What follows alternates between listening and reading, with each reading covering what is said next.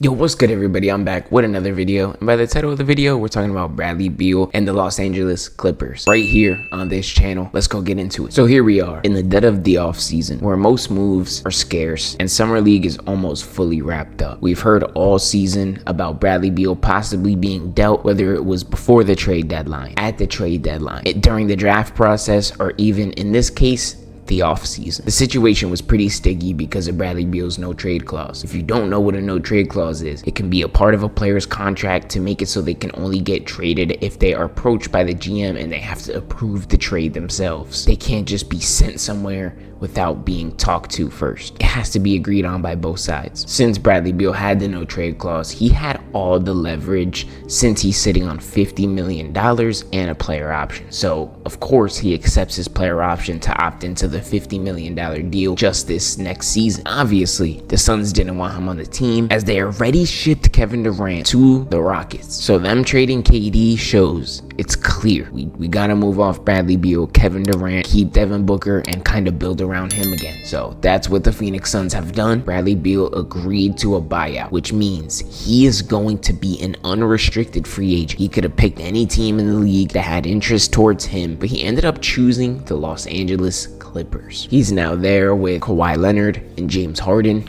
He'll be your third option on a championship contending team. And for the Clippers, he only signed a 2-year, $11 million deal, and the second year is a player option. So it's up to him whether he wants to stay on the Clippers after this upcoming season. But they did give him that second year if he does decide to stay. It's really reported that James Harden was a key contributor to this, as he and Bradley Beal are close friends. Bradley Beal and his wife were actually invited to a James Harden wedding. So they're definitely close off the court. So maybe on the court it'll be nice. With Bradley Beal joining the Clippers and Norman Powell leaving, it's almost a dead even swap. Some would argue they'd rather have Norman Powell, and some would argue they'd rather have Bradley Beal at $5.5 million per season instead of $50 million. It's not like he's coming to your team and giving you 17 points a game for a $50 million player as a third option. He's gonna come to your team as a third option, $5.5 million. He's gonna do just as much as Norman Powell, if not more, because Bradley Beal is better than Norman Powell. They both give you ball handling abilities and scoring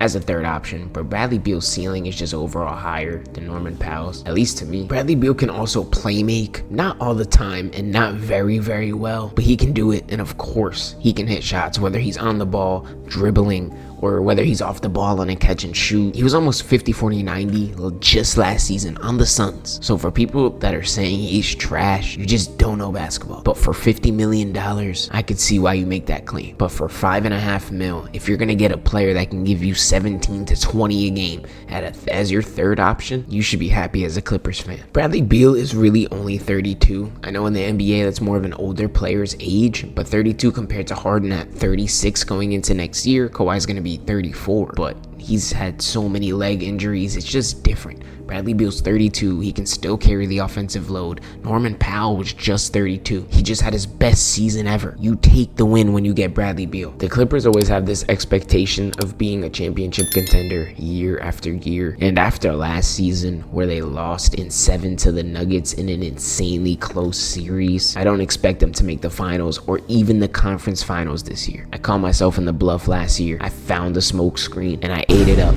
What? Bro, what are you talking about, man? This year, I'm not falling for it unless there's somehow like a top 2 seed. That's the only way I'm eating it up. They've really only made the conference finals once since Kawhi has been there for all these years since he left Toronto in 2019. They've been to the conference finals one time. Before I can give them the championship contender tag, I have to see how all the new pieces can gel together. They also now have Brook Lopez right behind Zubac. Having Brook Lopez is nice because you can actually space the floor with him off the bench, and you'll have another defender at the center position to, help you out. I think the Clippers really needed that last year. Zubac was doing a lot of the heavy lifting at the center position, so this is going to help. Brook Lopez is older, but he can still hoop, man. With the Clippers sending off Norman Powell, they also got back John Collins in that deal, who gives you an athletic threat in the paint, but can also give you some good defense at the 4 spot. Yo, this Clippers team is going to be really deep.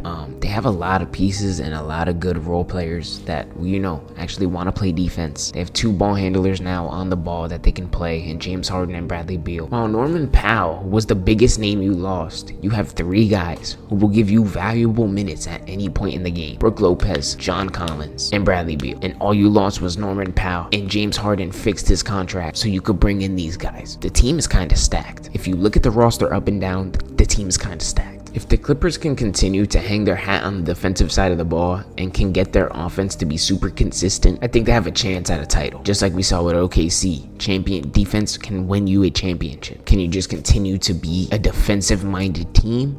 And I do think they will continue to do that with Ty Lue, but they also want that offense to be more consistent, because sometimes in the playoffs last year it didn't look good. A lot of the recent NBA champions, whether it's like the Nuggets when they won and they had a deep roster, or OKC just last year, or Boston, those 3 teams in recent memory have had super deep rosters to go on these deep playoff runs.